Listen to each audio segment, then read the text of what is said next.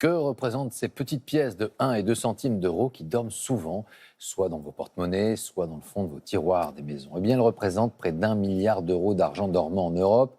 Et les Français y sont particulièrement attachés. Alors que faut-il en faire, notamment pour les réveiller et les remettre en circulation? Réponse en images avec Nicolas Bidard et Mathias Barrois. Elles encombrent parfois notre porte-monnaie, nos poches ou bien nos tirelires.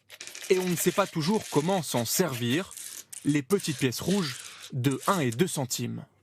Oh non, il y a bien longtemps que j'ai tout expulsé parce que c'est lourd. Franchement, ça sert à rien.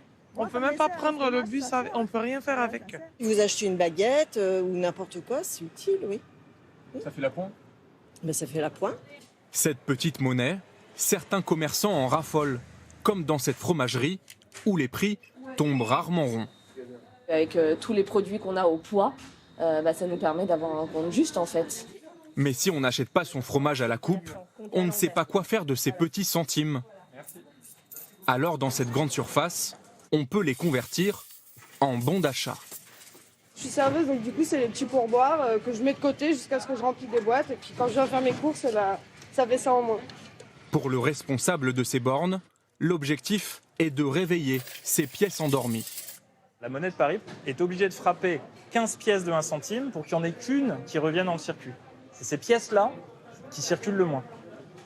L'intérêt de notre borne, c'est qu'on encourage les particuliers finalement à recycler l'argent qui dort.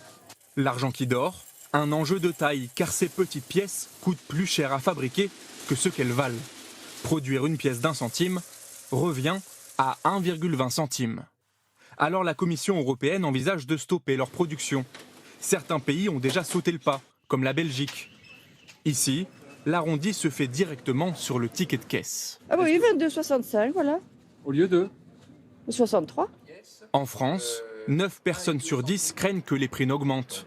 Une sensation déjà ressentie lors du passage à l'euro.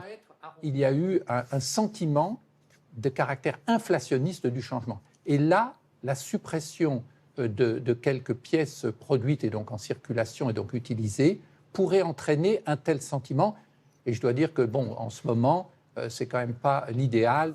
Avant de vous séparer de vos petits centimes, jetez-y quand même un œil, car ces petites pièces de cuivre peuvent valoir de l'or. Selon le pays et l'année de fabrication, certaines atteignent les 100